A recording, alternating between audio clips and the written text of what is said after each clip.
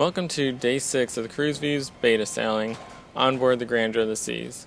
As you can see behind me, I'm currently sitting on Deck 6 of the Centrum, the heart of the ship. And today, like yesterday, the rough seas have continued, and unfortunately they did affect our current port of call in Grand Cayman. At about 8:45 a.m. this morning, the captain came on the announcement system to notify all passengers that our scheduled port of call in Georgetown was going to be canceled for the day. But luckily, and to my surprise, we didn't just sail past Grand Cayman, but in fact were relocated to anchor in Spots Bay on the southern side of the island. Unfortunately, though, it did still affect many of the excursions, even though we could anchor. At just before 10:30 a.m., the cruise director came on to announce that a series of excursions were canceled, and a short time later he came back on to announce that any water-related excursion was canceled and would not go on as scheduled. When reaching the island, though, if you wanted a private tour, you could still do water activities with private tours. You just could not participate in any official Royal Caribbean tour that included a water activity, including Stingray City. Even with the change in location, though, we were still able to arrive on time at roughly 10:30 a.m. this morning, and all three ships that were originally scheduled in Georgetown relocated over to Spots Bay with us. The first ship to arrive this morning, the Norwegian Pearl, got in about 8 a.m.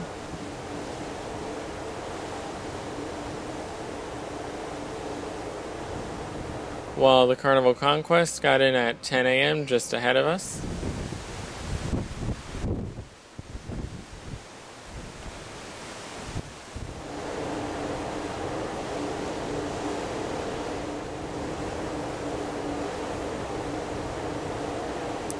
And then this evening, the Pearl departed about 2 hours earlier than us at 4 p.m., while we departed alongside the Conquest at 6 p.m.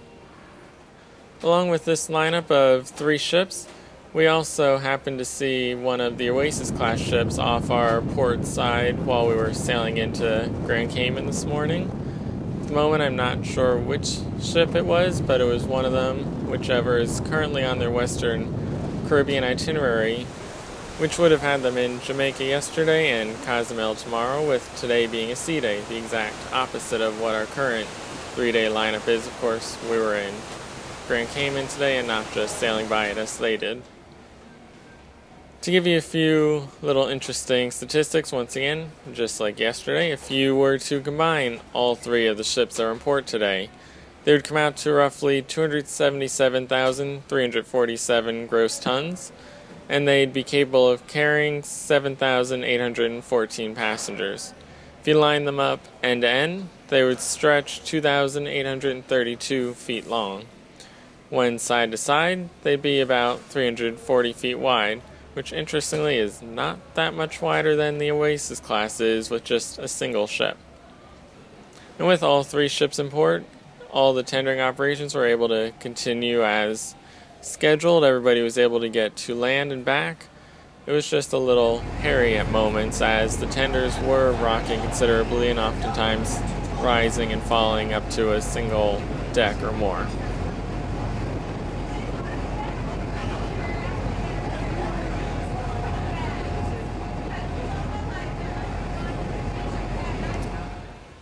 And as for our overall weather today, while those sea conditions I mentioned were pretty rough, the weather overall was nice. The air temperature was roughly 76 degrees with winds about 20 knots. We had partly cloudy conditions, but oftentimes it was blue skies and sun, and when that sun was out, it got considerably warm. Our sunrise this morning was at 7:09 a.m., while sunset was at 6:07 p.m. And this evening, our last tender was scheduled for 5:30 p.m. with our 6 p.m. departure, which put it right on time for the first seating, so thankfully it was a casual night in the main dining room. But it was considerably emptier this evening, as I'm sure it was a result of many people just getting back from the island and not having time to prepare for dinner. The feature this evening was pimento, one of the world's oldest cultivated crops. Named by Christopher Columbus in 1493, its popularity has spread it into dishes throughout the world. For the chef's inspirations tonight, We have one of my personal favorites, a chilled strawberry bisque or ensalada mista to start, garlic tiger shrimp for the entree, and sticky bread and butter pudding for dessert. So on to our compass summary for the day. Once again, we're in port, so it was fairly light all day long, with many of the usual activities not even taking place. But this evening, things picked up with a nice evening of shows to watch, starting with a single headliner show with Adam Cario, who was a juggler and entertainer. It was one show regardless of your seating at 7:15 p.m. Surprisingly, though, it was not as crowded as you'd expect. It was about the level you get for a single seating show rather than everybody at once. Following that at 8:45 was then the Seasons of the Centrum aerial show right here behind me in the Centrum, which is always a great show to see. No matter where you are, it's a different experience, so it's really worth seeing as many times as you can.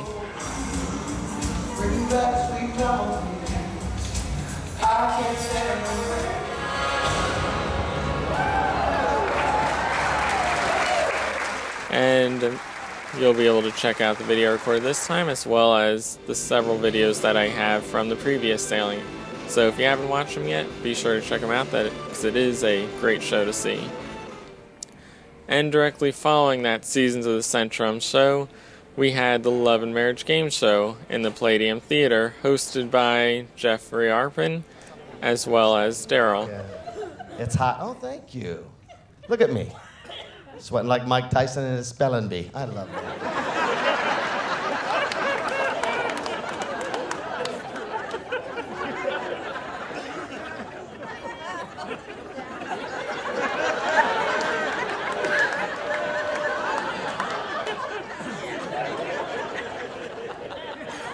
And as you'd expect, it was once again quite entertaining, though it was a slightly different style. Rather than asking the men or the women to leave and asking a question to the others and then bringing them back to check on if the answers were correct, all the contestants stayed on stage at all times. They were asked 12 questions and they all answered them, and then afterwards we went through and found out if their answers matched for all 12 of those questions.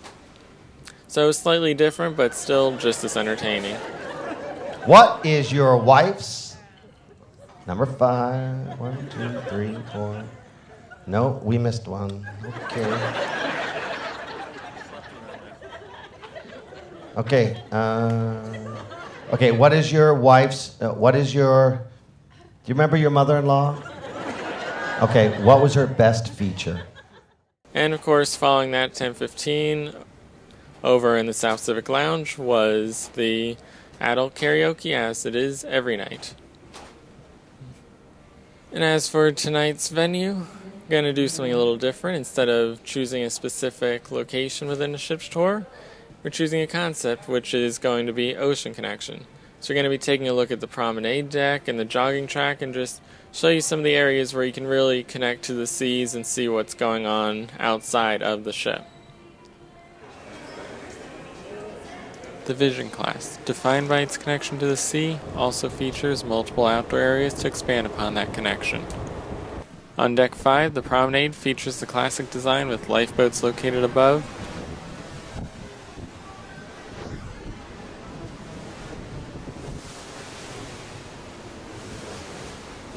This allows for expansive views out to the sea along the entire length of the ship, featuring a scattering of lounge chairs to curl up and relax on the long sea days.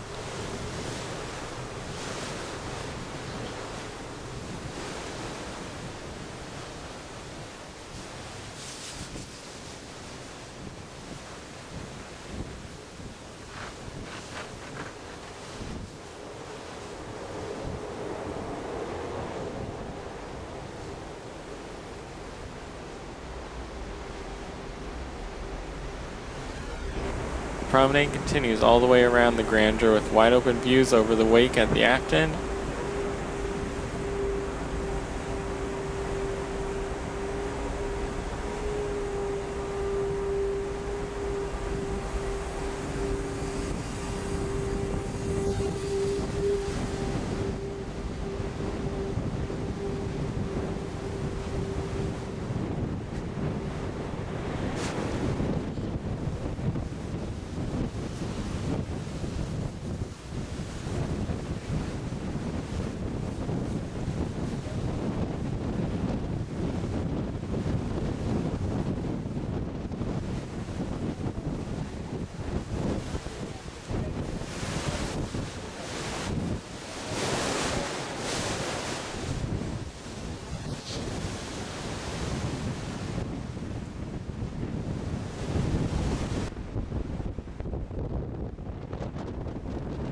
and a viewing space for the bow mooring area around the front.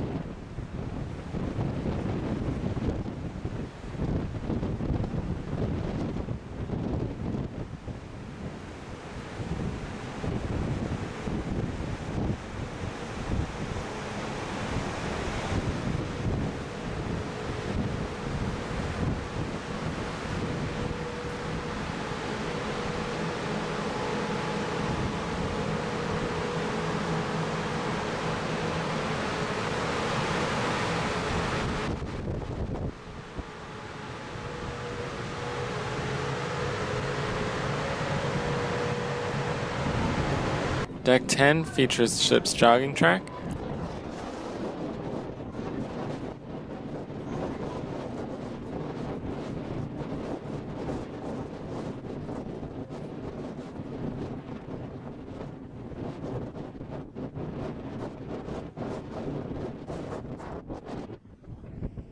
Requiring just 4.3 laps to complete a mile, the track extends around the front of the ship above the windjammer, offering bow views.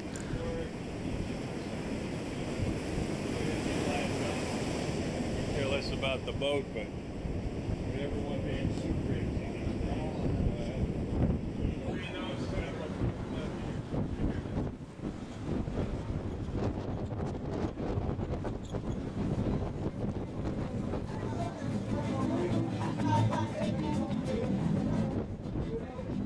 Along the sides, overlooking the pool and adult solarium,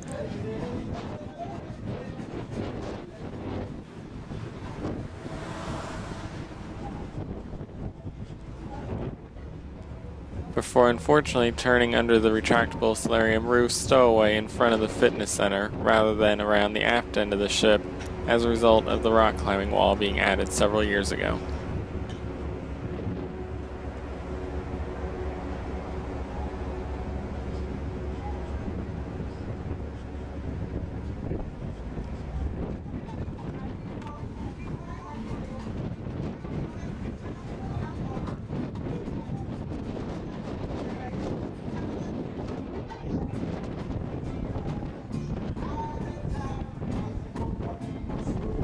Located above Deck 10 at the front of the ship is then the observatory, an elevated area offering panoramic views out to sea and a secluded region of the ship protected from the noise and excitement of the pool deck.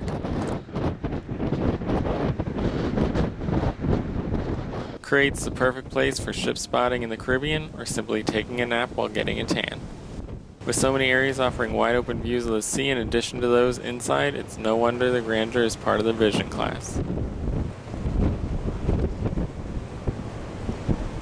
So as we wrap up another day, while we were not in our scheduled location of Georgetown, which might seem like a negative in this situation, it was definitely the best thing, as we did take a journey over there at one point and look around at the ghost town that would have been a pretty busy place with all three ships in at once.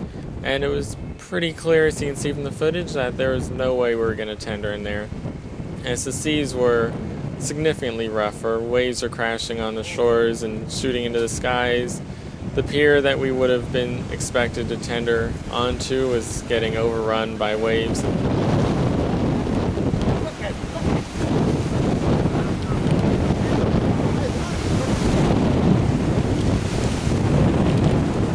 So it was definitely the right call to move to the other side of the island, even if it did mean we had to bus over to the center of where all the activities were. It was the right move to make, and it was certainly a better choice than simply sailing by, which would have been the easier option for everybody, but certainly not in the best interest of the passengers. So I'm glad we did, in fact, still get to go to Grand Cayman, even if it was slightly altered plans.